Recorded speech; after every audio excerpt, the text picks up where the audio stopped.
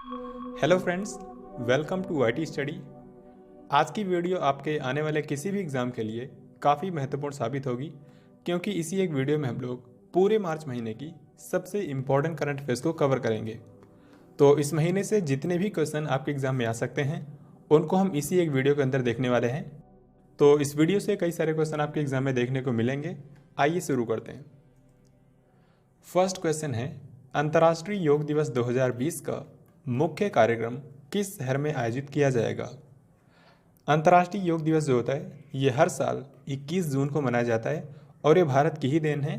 सबसे पहली बार ये मनाया गया था 2015 में। तो इसका मतलब इस बार इसका छठा संस्करण है।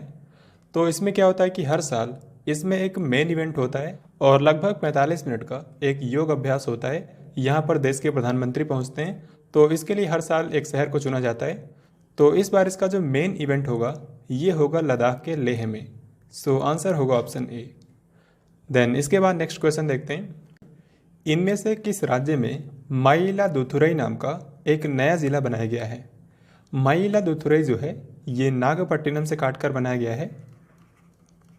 तो नागपट्टिनम जिला जो है ये तमिलनाडु में है। सो आंसर होगा ऑप्शन डी। तो नागपट्टिनम से काटकर मायिलादुथुरई नाम का जिला बनाया गया है और ये तमिलनाडु का 38वां जिला बना है। तो अगर आपसे पूछे कि अब तमिलनाडु में जिलों की संख्या कितनी है तो आपको बताना है 38। यहाँ पर मैं आपको ये भी बता दूँ कि तमिलनाडु की एक प्रोडक्ट को हाल ही में जीआई टैग दिया गया है। ये एक यहाँ की मिठाई है जिसका नाम है कोविलपट्टी कल्लाई मिठाई। तो ये भी आपको याद रखना है। बीसीसीआई की जो पुरुष टीम चयन समिति है उसके नए अध्यक्ष कौन बने हैं। यानी कि जो समिति भारतीय पुरुष टीम का चयन करती है उसके अध्यक्ष कौन बनाए गए हैं। तो इसके अध्यक्ष बनाए गए हैं पूर्व भारतीय क्रिकेटर सुनील जोशी। ये क्वेश्चन काफ़ी महत्वपूर्ण है। पब्लिक ट्रांसपोर्ट को फ्री करने वाला दुनिया का पहला देश कौन सा है। यानी कि दुनिया का फर्स्ट कंट्री कौन सा है जहां पर पब्लिक ट्रांसपोर्ट को बिल्कुल फ्री कर दिया गया है। तो ये एक यूरोपियन कंट्री है, इसका नाम है लग्जमबर्ग। और यहाँ पर बेसिकली यातायात और पर्यावरण की समस्या से निपटने के लिए यहाँ पर पब्लिक ट्रांसपोर्ट को फ्री किया गया है। हाल ही में फीफा ने कोविड-19 के खिलाफ एक अभियान शुरू किया था। तो आपको बताना है कि इसके लिए किस भारतीय फुटबॉलर को चुना गया है। सबसे पहले मैं आपको बताता हूँ ये अभियान क्या था। इस अभियान का नाम है pass the message to kick out corona virus. Pass the message to kick out corona virus. तो इस अभियान के लिए वैसे दुनिया भर के कई सारे खिलाड़ियों को चुना गया था और दुनिया के जो सबसे बेस्ट खिलाड़ी हैं आज के समय फुटबॉल में, लियोनेल मेसी, उनको भी इसमें शामिल किया गया था। और भारत के जो सबसे बेस्ट फुटबॉल खिलाड़ी हैं आज के समय, सुनील छेत्री, इनको भी शामिल किया गया था। सो इस क्वेश्चन का आंसर होगा ऑप्शन बी। वैसे आप जानते होंगे सुनील छेत्री इस समय भारतीय फुटबॉल टीम के कप्तान हैं। अमेरिका में कोरोना वायरस के खिलाफ एक टास्क फोर्स का गठन किया गया था, white house corona virus task force. तो आपको बताना है कि इसमें किस भारतीय मूल की महिला को प्रमुख सलाहकार बनाया गया है। तो इनका नाम है सीमा वर्मा। महाराष्ट्र में मुंबई से मांडवा के बीच एक रोपैक्स सेवा शुरू हुई है। तो आपको बताना है कि इसकी शुरुआत किसने की। करेक्ट आंसर होगा ऑप्शन ए, यानी कि मनसुख मांडविया, जो कि हमारे जहाजरानी मंत्री हैं, यानी कि शिपिंग मिनिस्टर हैं। यहाँ पर आपसे ये भी पूछ सकते हैं कि इसमें जो जहाज़ है ये कहाँ पर बनी है। तो इसको बनाया गया था ग्रीस में। ग्रीस यानी कि यूनान। सर्वश्रेष्ठ महिला पत्रकार के तौर पर चमेली देवी जैन पुरस्कार 2019 से किसको सम्मानित किया गया। चमेली देवी जैन पुरस्कार जो होता है ये हर साल बीबीसी देती है और ये सर्वश्रेष्ठ महिला पत्रकारों को दिया जाता है। ओके, तो इस बार ये दिया गया है 2 महिला पत्रकारों को। एक तो हैं रोहिणी मोहन और एक हैं आरफा खानम शेरवानी। सो इस क्वेश्चन का आंसर होगा ऑप्शन सी, उपरोक्त दोनों। संयुक्त राष्ट्र के पूर्व महासचिव जेबियर पेरेज डी क्यूलर, इनकी हाल ही में डेथ हो गई। आपको बताना है कि ये किस देश से थे। सबसे पहले मैं रिलेट करने के लिए आपको बताता हूँ। आप जानते हैं आज के समय यूनाइटेड नेशन के जो महासचिव हैं इनका नाम है एंटोनियो गुटेरस। Antonio Guterres. और ये कौन सी कंट्री से हैं? ये हैं पुर्तगाल से। तो ऐसे ही यूनाइटेड नेशन के एक पूर्व महासचिव थे, इनका नाम था जेबियर पेरेज डी क्यूलर। तो इनकी हाल ही में डेथ हो गई है। आपको बताना है कि ये कौन से देश से थे। तो ये थे पेरू से, पेरू जो कि एक साउथ अमेरिकन कंट्री है। मार्च 2020 में इनमें से किसने दूसरे कार्यकाल के लिए अफगानिस्तान के राष्ट्रपति के रूप में शपथ ली है? यानी कि लगातार दूसरी बार अफगानिस्तान के राष्ट्रपति कौन बने हैं, ये पूछा जा रहा है। तो इस क्वेश्चन का आंसर होगा ऑप्शन ए, क्योंकि इस समय अफगानिस्तान के राष्ट्रपति हैं अशरफ घानी। अफगानिस्तान मार्च महीने में इसलिए भी न्यूज़ में था क्योंकि यहाँ की जो राजधानी है काबुल, यहाँ पर एक सिख गुरुद्वारे पर हमला हुआ था। इस्लामिक स्टेट ने हमला करवाया था और इसमें सिख समुदाय के 25 लोग मारे गए थे। ये आपको ध्यान रखना है।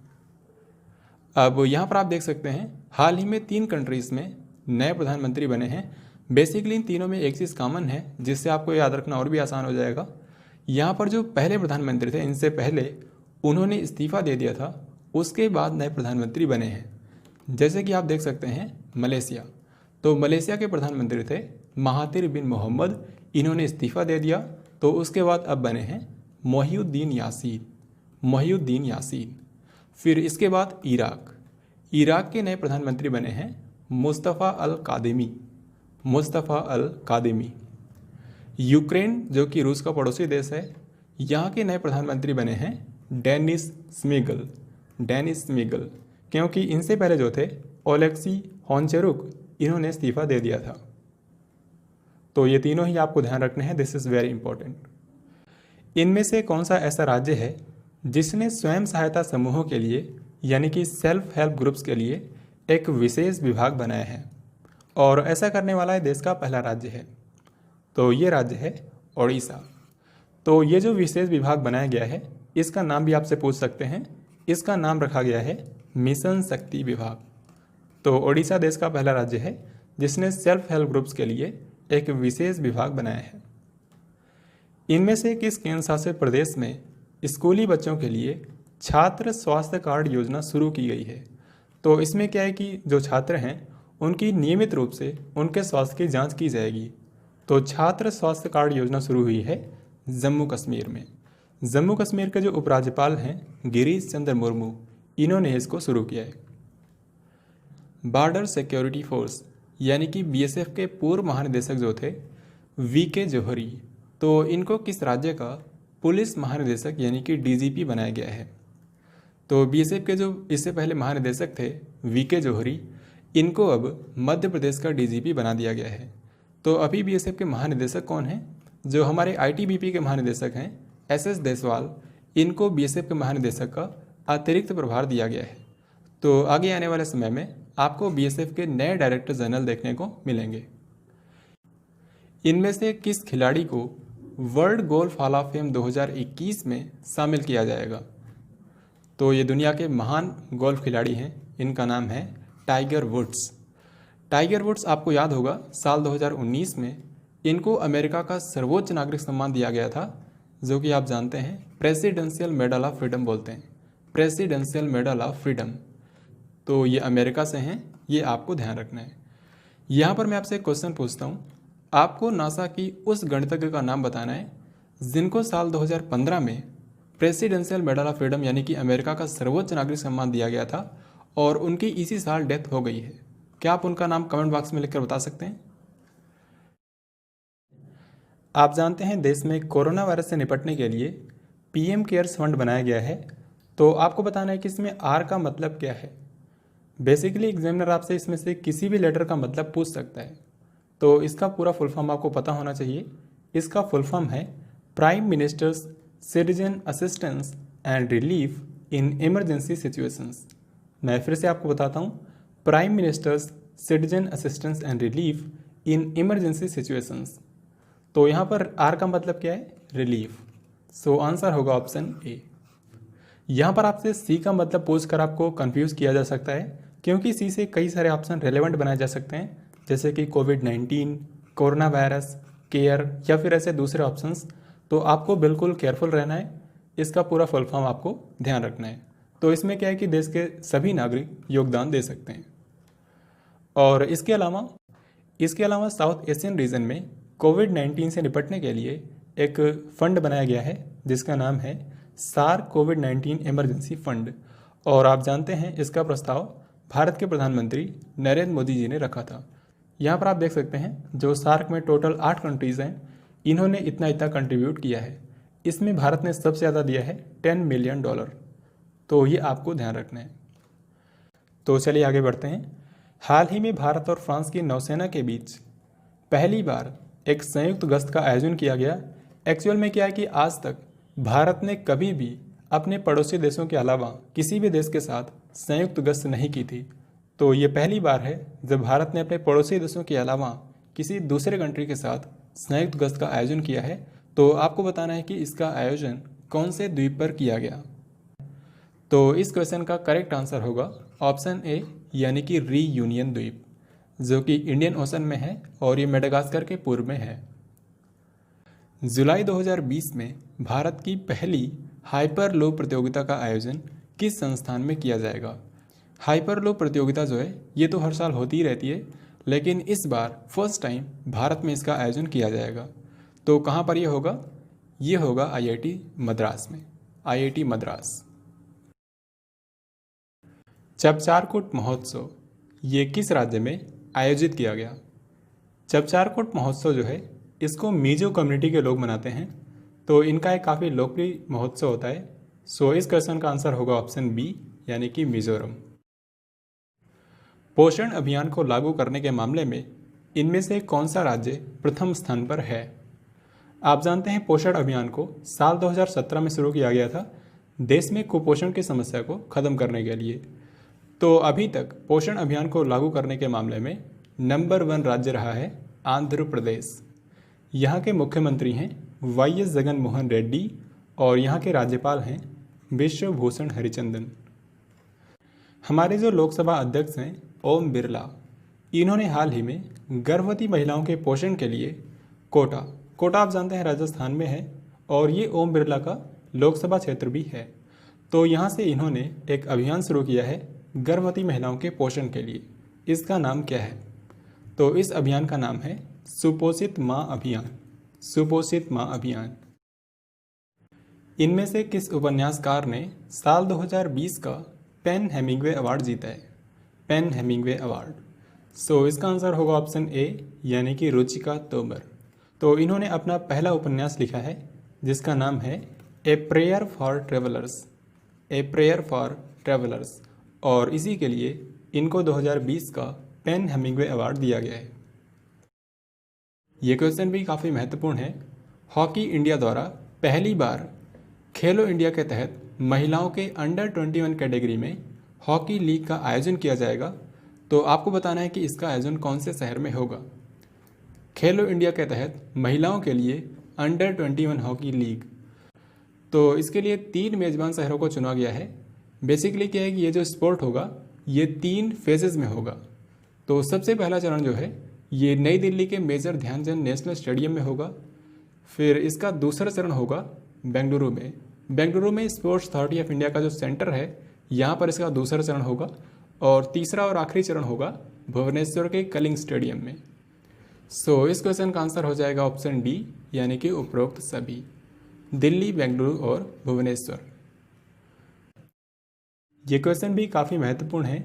इसमें आपको ये बताना है कि उत्तराखंड राज्य ने इनमें से किस शहर को अपनी अस्थायी ग्रीष्मकालीन राजधानी बनाने का ऐलान किया है। तो उत्तराखंड की नई समर कैपिटल होगी गैरसैंण। सो आंसर होगा ऑप्शन ए। गैरसैंण ये उत्तराखंड के बिल्कुल बीच में है और जो देहरादून है ये उत्तराखंड के बिल्कुल वेस्ट में है।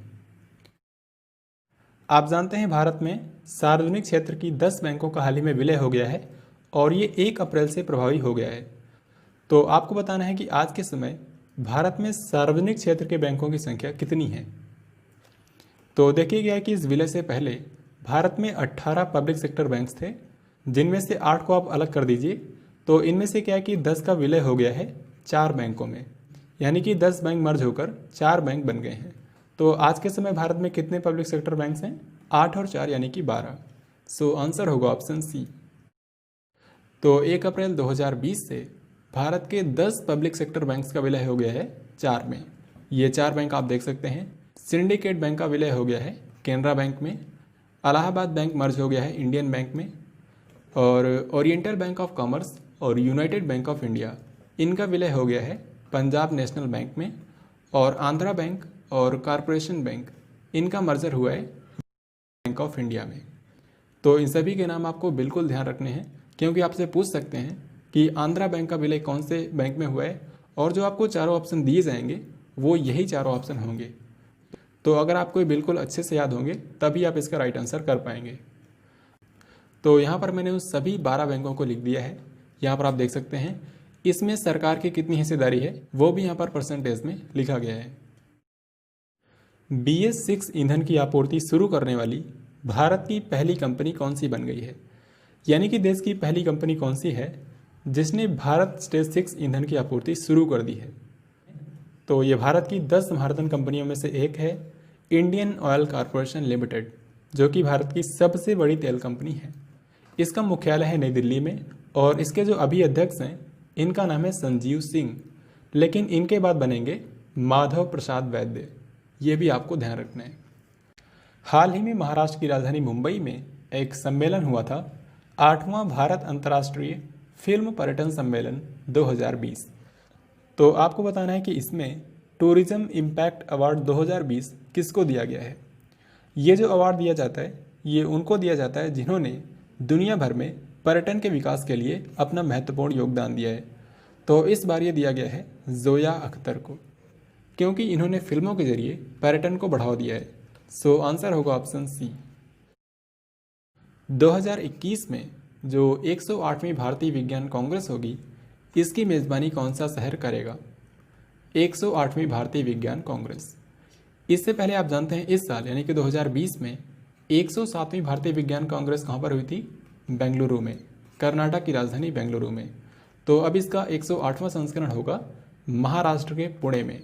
सो आंसर होगा ऑप्शन ए। साल 2020 में अर्थ आवर किस दिन मनाया गया। यहाँ पर जो आवर लिखा है इसका मतलब ये है कि अर्थ आवर के दिन क्या होता है, 1 घंटे के लिए पूरी दुनिया में बिजली के ऐसे उपकरणों को बंद कर दिया जाता है जिनका उपयोग ज़रूरी नहीं समझते हैं। ओके, तो ये जो अर्थ आवर होता है ये हर साल मार्च महीने के अंतिम शनिवार को मनाया जाता है। तो इस बार मार्च महीने का अंतिम शनिवार था 28 मार्च को। सो इस क्वेश्चन का आंसर होगा ऑप्शन सी। तो आइए फ्रेंड्स इसी के साथ देखते हैं इस महीने में कौन कौन से इंपॉर्टेंट डेज मनाए गए हैं। इस महीने के जो डेज हैं इनकी थीम काफ़ी ज़्यादा महत्वपूर्ण है, तो आपको बिल्कुल ध्यान रखना है। हालांकि जनवरी से लेकर मार्च तक की डेज और थीम की वीडियो अलग से भी अपलोडेड है, तो आप उसको भी देख सकते हैं। तो आइए देखते हैं फटाफट। 1 मार्च यानी कि महीने की शुरुआत में ही शून्य भेदभाव दिवस मनाया गया, यानी कि ज़ीरो डिस्क्रिमिनेशन डे। तो इस बार इसकी थीम क्या है, zero discrimination against women and girls. फिर इसके बाद 3 मार्च को मनाया गया विश्व वन्य जीव दिवस, यानी कि world wild life day. World wild life day, इस बार इसकी थीम है sustaining all life on earth. Sustaining all life on earth. फिर इसके बाद 7 मार्च को मनाया गया भारत में जन औषधि दिवस। फिर 8 मार्च को मनाया गया अंतर्राष्ट्रीय महिला दिवस। दिस इज़ वेरी इंपॉर्टेंट, और इसकी इस बार थीम है I am generation equality realising women's rights. Realising women's rights. यहाँ पर मैं आपको बता दूं कि इस बार जो 8 मार्च था इस दिन इंडियन रेलवेज ने एक कैंपेन शुरू किया था जिसका नाम था ईच फॉर इक्वल। ये भी आपको ध्यान रखना है। और इस साल के 8 मार्च को ही आप जानते हैं भारत और ऑस्ट्रेलिया के बीच में फाइनल T20 वर्ल्ड कप हुआ था, जिसमें भारत हार गया था, ऑस्ट्रेलिया जीत गया था। तो इससे भी आप याद रख सकते हैं 8 मार्च को अंतर्राष्ट्रीय महिला दिवस मनाया गया। फिर इसके बाद 15 मार्च को मनाया गया विश्व उपभोक्ता अधिकार दिवस, वर्ल्ड कंज्यूमर राइट्स डे। फिर इसके बाद 18 मार्च को मनाया गया वैश्विक पुनर्चक्रण दिवस, ग्लोबल रिसाइकलिंग डे। इस बार इसकी थीम है रिसाइकलिंग हीरोज। फिर इसके बाद 20 मार्च को मनाया गया अंतर्राष्ट्रीय प्रसन्नता दिवस, इंटरनेशनल डे ऑफ हैप्पीनेस। इस बार इसकी थीम है happiness for all together. Happiness for all together. और आप जानते हैं इस दिवस के अवसर पर हर साल वर्ल्ड हैप्पीनेस रिपोर्ट जारी की जाती है। तो इसमें इस बार भारत की रैंक है 144, और इस बार फिर से दुनिया का सबसे खुशहाल देश है फिनलैंड।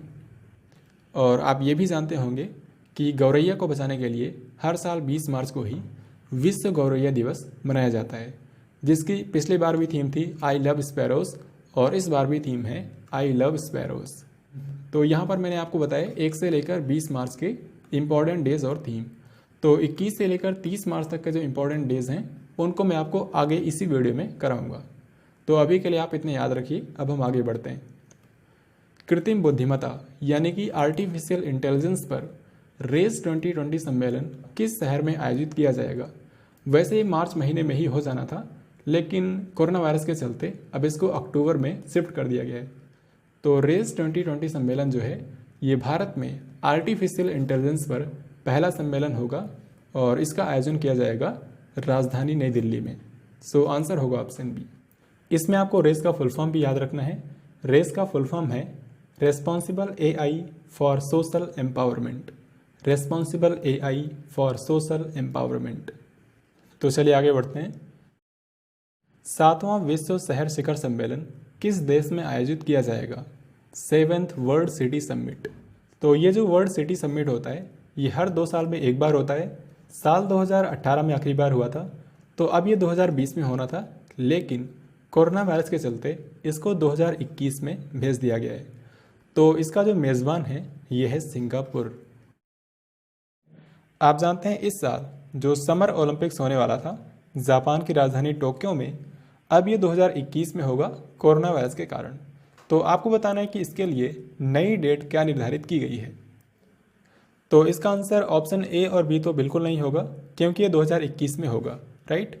तो इस क्वेश्चन का आंसर होगा ऑप्शन सी, यानी कि 23 जुलाई से लेकर 8 अगस्त 2021।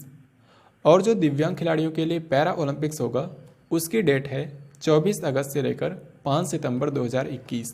ये दोनों ही डेट आपको ध्यान रखनी है, क्योंकि एग्जाम में ओलंपिक्स की डेट भी पूछी जाती है। यहाँ पर मैं आपको बता दूँ कि भले ही ये गेम 2021 में होगा, लेकिन इसका जो नाम होगा ये टोक्यो ओलंपिक 2020 ही होगा। इसी से रिलेटेड एक और क्वेश्चन है, कोरोना वायरस के खतरे के कारण टोक्यो ओलंपिक 2020 में भाग लेने से इनकार करने वाला पहला देश कौन सा था? खैर, अब तो टोक्यो ओलंपिक पोस्टपोन हो गया है, लेकिन जब ये पोस्टपोन नहीं हुआ था तो उससे पहले ही दुनिया के 2 कंट्रीज़ ने इसमें पार्टिसिपेट करने से मना कर दिया था। ये 2 कंट्रीज़ हैं कनाडा और ऑस्ट्रेलिया। लेकिन सवाल ये है कि इनमें से सबसे पहले कौन से देश ने इनकार किया था? तो ये कंट्री है कनाडा। सो आंसर होगा ऑप्शन बी। निम्मी के नाम से मशहूर नवाब बानो का संबंध किस क्षेत्र से था? करेक्ट आंसर होगा ऑप्शन बी, यानी कि फिल्म जगत।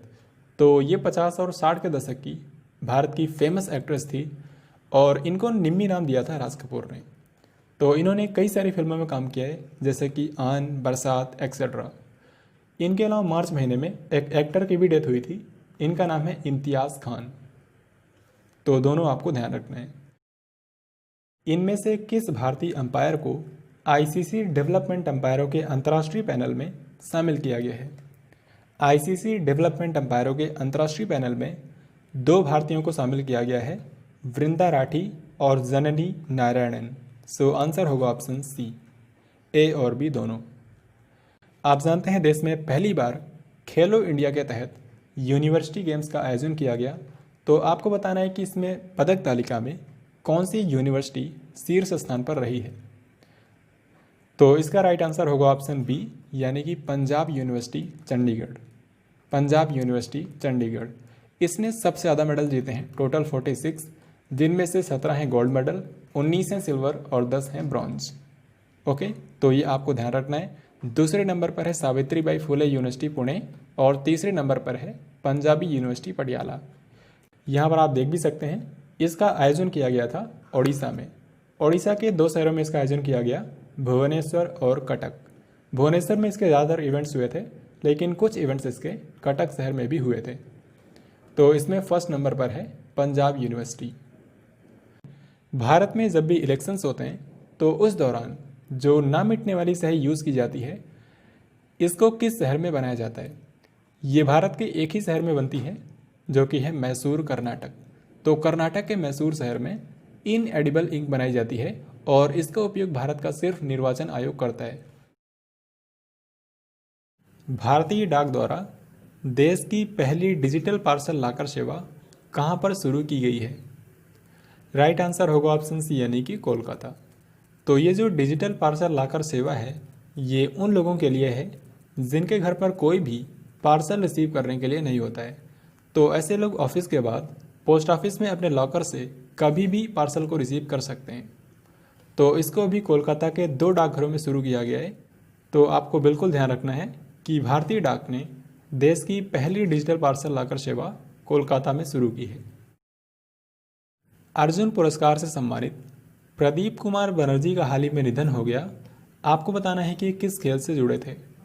इनको जनरली PK बनर्जी बोलते थे और इनको भारत का चौथा सर्वोच्च नागरिक सम्मान पद्मश्री भी मिल चुका था। तो इनकी हाल ही में डेथ हो गई। ये एक फुटबॉलर थे। सो आंसर होगा ऑप्शन बी। और ये भारतीय फुटबॉल टीम के कप्तान भी रह चुके हैं। इनके अलावा भारत के एक और फुटबॉलर की हाल ही में डेथ हो गई, अब्दुल लतीफ़।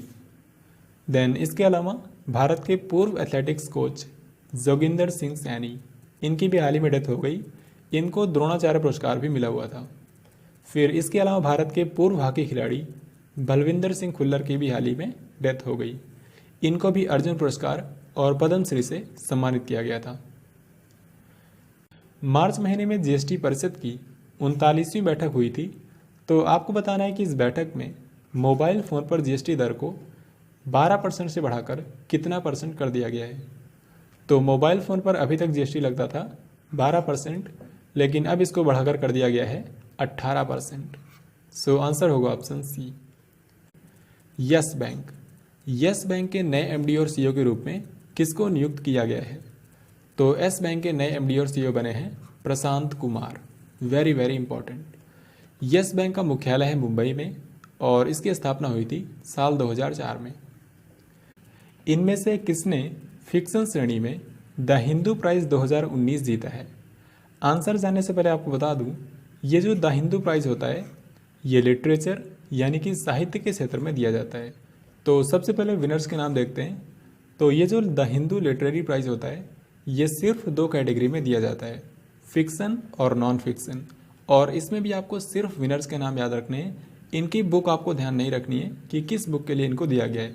जैसे फिक्सन कैटेगरी में दिया गया है मिर्ज़ा वहीद को और नॉन फिक्सन कैटेगरी में दिया गया है शांतनु दास को। फिक्सन में मिर्ज़ा वहीद और नॉन फिक्सन में शांतनु दास। तो क्वेश्चन में फिक्सन कैटेगरी का पूछा गया है। सो आंसर होगा ऑप्शन बी, मिर्ज़ा वहीद। तो चलिए आगे बढ़ते हैं। मार्च 2020 में इनमें से कौन सा देश हिंद महासागर आयोग में 5वें पर्यवेक्षक के रूप में शामिल हुआ है? यानी कि इस कंट्री को ऑब्जर्वर कंट्री के रूप में हिंद महासागर आयोग में शामिल किया गया है। तो ये कोई और नहीं बल्कि हमारा भारत ही है। सो आंसर होगा ऑप्शन ए। तो ये जो हिंद महासागर आयोग है इसमें 5 तो हैं मेंबर कंट्रीज़ और अब भारत के शामिल होते ही इसमें 5 ऑब्जर्वर कंट्रीज़ भी हो चुके हैं।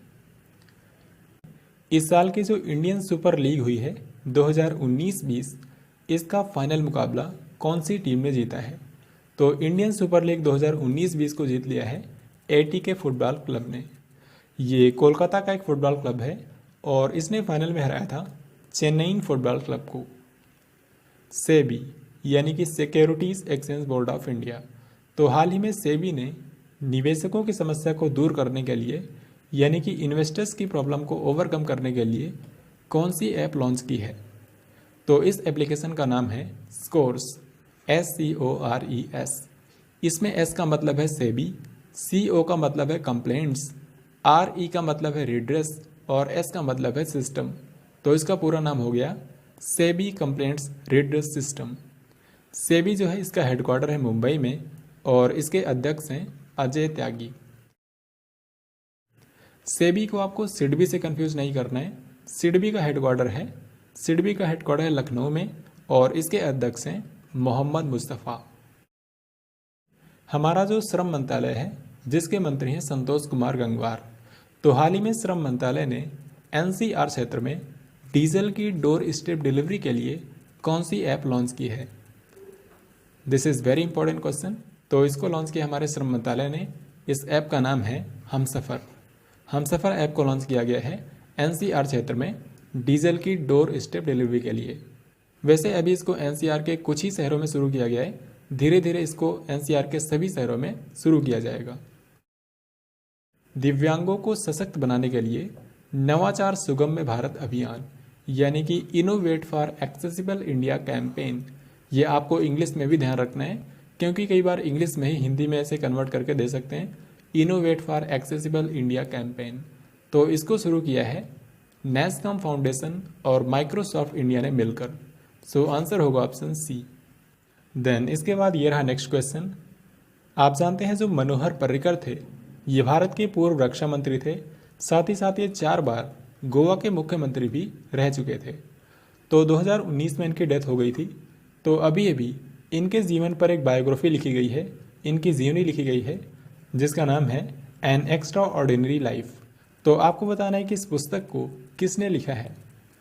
इसको लिखा है 2 लोगों ने मिलकर, सदगुरु पाटिल और माया भूषण नागवेकर। सो आंसर होगा ऑप्शन सी। यहाँ पर आप देख सकते हैं एन एक्स्ट्रा ऑर्डिनरी लाइफ को लिखा है सदगुरु पाटिल और माया भूषण नागवेकर ने। इसके अलावा मनोहर पर्रिकर के जीवन पर एक और किताब लिखी गई है, इसका नाम है invincible A tribute to Manohar Parrikar और इसको लिखा है तरुण विजय ने। इम्पॉर्टेंट पॉइंट ये है कि इसको रिलीज़ किया था भारत के रक्षा मंत्री राजनाथ सिंह ने। तो ये दोनों ही किताबें आपको याद रखनी है, दिस इज़ वेरी इंपॉर्टेंट। साल भर में कई सारे इंडेक्सेस जारी होते हैं, उनमें से कई सारे बहुत ही ज़्यादा महत्वपूर्ण होते हैं। उन्हीं में से एक है वर्ल्ड हैप्पीनेस इंडेक्स। तो हाल ही में वर्ल्ड हैप्पीनेस रिपोर्ट 2020 जारी हुई है। आपको बताना है कि इसके हिसाब से 156 देशों में भारत की रैंक क्या है। इसका आंसर मैंने आपको ऑलरेडी इसी वीडियो में बता दिया है। जब मैंने आपको डेज बताए थे, आपको ये भी बताया था कि अंतर्राष्ट्रीय प्रसन्नता दिवस जो होता है उसी दिन 20 मार्च को यह रिपोर्ट जारी होती है हर साल। तो इसमें भारत की रैंक है 144। हालांकि पिछली बार भारत 140वें स्थान पर था, तो इस बार भारत 4 पायदान नीचे आ गया है। तो ये आपको ध्यान रखना है 144। इसमें नंबर 1 कंट्री है फिनलैंड, मतलब दुनिया का सबसे खुशहाल देश है फिनलैंड। और सबसे अंतिम देश है अफगानिस्तान। और अगर आपसे ये पूछा जाए कि इस रिपोर्ट को जारी किसने किया है, तो इसको यूनाइटेड नेशन की एक संस्था ने जारी किया है, United Nations sustainable development solutions network. तो ये सभी पॉइंट्स आपको वर्ल्ड हैप्पीनेस रिपोर्ट 2020 से याद रखने हैं। ये क्वेश्चन भी काफ़ी महत्वपूर्ण है क्योंकि मार्च महीने में काफ़ी न्यूज़ में था। इसमें आपको ये बताना है कि सुप्रीम कोर्ट ने इनमें से किस अनुच्छेद का प्रयोग करते हुए मणिपुर के एक मंत्री को राज्य मंत्रिमंडल से हटा दिया है। तो इसका राइट आंसर होगा ऑप्शन डी, यानी कि अनुच्छेद 142। तो जिनको हटाया गया है ये मणिपुर के वन मंत्री थे, इनका नाम है टी श्याम कुमार सिंह। तो क्या है कि साल 2017 में जब यहाँ पर मणिपुर में चुनाव हुए थे, तो इन्होंने चुनाव जीतने के बाद दूसरी पार्टी को ज्वाइन कर लिया था और ये वहाँ पर दोबारा से मंत्री बन गए थे, जिसका वहाँ के जो अन्य मंत्री थे उन्होंने कोर्ट में विरोध किया था। और क्योंकि इसमें काफ़ी डिले हो रहा था, तो इसीलिए सुप्रीम कोर्ट ने अनुच्छेद 142 का यूज़ करते हुए इनको मणिपुर की विधानसभा से हटा दिया है। तो ये आपको ध्यान रखना है। कॉमिक पुस्तकों की एक सीरीज़ है जिसका नाम है एस्टेरिक्स, ASTERIX। तो इसको साल 1959 में 2 लोगों ने मिलकर शुरू किया था, रेने गोस्किनी और अल्बर्ट उडेरो। तो हाल ही में इनमें से एक व्यक्ति की डेथ हो गई है, इन्हीं का नाम आपको बताना है। तो ये हैं अल्बर्ट उडेरो। इनमें से किस शहर के सिख गुरुद्वारे पर एक आतंकी हमला हुआ था 25 मार्च 2020 को, जिसमें 25 लोग मारे गए और इसको करवाया था इस्लामिक स्टेट ने। तो इसका आंसर भी मैंने आपको इसी वीडियो में बताया है। आंसर होगा काबुल, जो कि अफगानिस्तान की राजधानी है। आप सभी जानते हैं जो गूगल कंपनी है, इसने लोकल लेवल पर डेटा स्टोर करने के लिए भारत में पहला जो क्लाउड सेवा क्षेत्र बनाया था, ये बना था मुंबई में। तो अब आपको ये बताना है कि दूसरा क्लाउड सेवा क्षेत्र कौन से शहर में स्थापित किया जाएगा। राइट आंसर होगा दिल्ली। तो पहला बना था मुंबई में और दूसरा बनेगा दिल्ली में। जम्मू कश्मीर और कितने पूर्वोत्तर राज्यों के लिए परिसीमन आयोग का गठन किया गया है। परिसीमन आयोग का काम होता है किसी भी क्षेत्र में वहाँ पर लोकसभा, राज्यसभा और अगर वहाँ पर विधानसभा है तो इन सब की संख्या डिसाइड करने का काम होता है परिसीमन आयोग का। तो इसका हाल ही में गठन किया गया है जम्मू कश्मीर और 4 पूर्वोत्तर राज्य में परिसीमन के लिए। तो इसका आंसर होगा ऑप्शन सी। अब ये 4 पूर्वोत्तर राज्य कौन कौन से हैं, तो इसको आपको याद रखना बहुत ही आसान है। असम, मणिपुर, अरुणाचल प्रदेश और नागालैंड, अमन। यहाँ पर आपको एक चीज़ और ध्यान रखना है कि ये जो परिसीमन आयोग बनाया गया है इसके अध्यक्ष कौन हैं। तो इसका अध्यक्ष बनाया गया है सुप्रीम कोर्ट की पूर्व जस्टिस रंजना प्रकाश देसाई को, रंजना प्रकाश देसाई। विमान संशोधन विधेयक 2020 के तहत कितने नियामक निकायों को वैधानिक निकायों में परिवर्तित किया जाएगा। यानी कि ये जो एयरक्राफ्ट अमेंडमेंट बिल 2020 है, इसके तहत भारत के कितने ऐसे रेगुलेटरी बॉडीज़ हैं जिनको स्टैट्यूटरी बॉडीज़ बनाया जाएगा। तो इसका आंसर होगा ऑप्शन बी, यानी कि 3। अब ये 3 निकाय कौन कौन से हैं ये भी आपको याद रखना है। एक तो है DGCA, यानी कि directorate general of civil aviation. दूसरा है BCAS, यानी कि bureau of civil aviation security. और तीसरा है AAIB, यानी कि एयरक्राफ्ट एक्सीडेंट्स इन्वेस्टिगेशन ब्यूरो। तो यहाँ पर आप इसके बारे में देख सकते हैं। तो इसको लोकसभा ने पारित किया था 17 मार्च को, और क्योंकि ये एक अमेंडमेंट बिल है तो ये एयरक्राफ्ट एक्ट 1934 में संशोधन करता है, ये भी आपको ध्यान रखना है। तो इसको लोकसभा ने पारित किया था 17 मार्च को, और इसके जस्ट एक दिन पहले राज्यसभा ने भी एक बिल पारित किया था, सेंट्रल संस्कृत यूनिवर्सिटीज़ बिल 2020। तो इसके तहत भारत के 3 संस्कृत विश्वविद्यालयों को केंद्रीय विश्वविद्यालय का दर्जा दिया जाएगा। ये कौन कौन से हैं? राष्ट्रीय संस्कृत संस्थान नई दिल्ली, और नई दिल्ली में ही है श्री लाल बहादुर शास्त्री राष्ट्रीय संस्कृत विद्यापीठ, और तिरुपति में है राष्ट्रीय संस्कृत विद्यापीठ। तो ये जो केंद्रीय संस्कृत विश्वविद्यालय विधेयक 2020 है, इसके तहत इन्हीं तीनों विश्वविद्यालयों को केंद्रीय विश्वविद्यालय का दर्जा दिया जाएगा। तो ये दोनों ही बिल आपको याद रखने हैं, this is very important. Bharat में 45 सालों बाद 19वीं वर्ल्ड प्रोडक्टिविटी कांग्रेस का आयोजन किया जाएगा। इसमें दुनिया भर के तमाम लीडर्स, बिजनेसमैन, पॉलिटिशियंस और तमाम उद्योगपति शामिल होंगे। आपको ये बताना है कि इसका आयोजन भारत में कहाँ पर होगा। तो इसका आयोजन किया जाएगा बेंगलुरु में, और आपको याद हो तो यहीं पर 107वीं भारतीय विज्ञान कांग्रेस का भी आयोजन किया गया था। तो इन दोनों को आप रिलेट करके याद कर सकते हैं। फिर इसके बाद ये रहा नेक्स्ट क्वेश्चन, इनमें से किस कंपनी ने भारत में प्रगति नाम से एक कारपोरेट सोशल रिस्पॉन्सिबिलिटी पहल शुरू की है। प्रगति नाम की पहल शुरू की है फेसबुक ने, और ये क्यों शुरू किया गया है? भारत में महिला उद्यमशीलता को बढ़ावा देने के लिए। तो भारत की महिलाओं को उद्यमी बनाने में हेल्प करने के लिए फेसबुक ने लॉन्च किया है प्रगति पहल। और महिलाओं के लिए फेसबुक ने एक और पहल शुरू की है जिसका नाम है वी थिंक डिजिटल। तो वी थिंक डिजिटल नाम का अभियान शुरू किया फेसबुक ने। इसमें भारत की 1 लाख महिलाओं को डिजिटल साक्षरता प्रदान की जाएगी। ऐसा ही एक और क्वेश्चन है, इसमें आपको ये बताना है कि हाल ही में किस कंपनी ने भारत में डिजिपिवॉट नाम का एक कौशल विकास कार्यक्रम शुरू किया है। और ये जो कौशल विकास कार्यक्रम है डिजिपिवॉट नाम का, ये महिलाओं के लिए है। तो इसको शुरू किया है गूगल इंडिया ने। Very very important. इनमें से किस राज्य की सरकार ने कोरोना वायरस के प्रसार को रोकने के लिए मो जीवन कार्यक्रम शुरू किया है? मो जीवन आप नाम से ही समझ गए होंगे, आंसर होगा ओडिशा। तो ओडिशा सरकार ने मो जीवन कार्यक्रम शुरू किया है राज्य में कोरोना वायरस के प्रसार को रोकने के लिए। ओडिशा के मुख्यमंत्री नवीन पटनायक, जिनको पेटा इंडिया ने हीरो टू एनिमल अवार्ड दिया है। और ओडिशा की सरकार ने एक और पहल शुरू की है जिसका नाम है मो प्रतिभा। तो बच्चों को लॉकडाउन के दौरान व्यस्त रखने के लिए मो प्रतिभा नाम की पहल शुरू की गई है। Next question and very important, हाल ही में ऐतिहासिक सिटी चौक का नाम बदलकर भारत माता चौक कर दिया गया। आपको ये बताना है कि ये जो ऐतिहासिक सिटी चौक है ये कौन से शहर में है। तो ये है जम्मू में, सो आंसर होगा ऑप्शन सी। इसके अलावा जम्मू में एक और चौक का नाम बदला गया है जिसका नाम है सर्कुलर रोड चौक। तो इसका अब नाम हो गया है अटल जी चौक। तो ये दोनों आपको याद रखने हैं। सर्कुलर रोड चौक का नाम हो गया है अटल जी चौक, और ऐतिहासिक सिटी चौक का नाम हो गया है भारत माता चौक।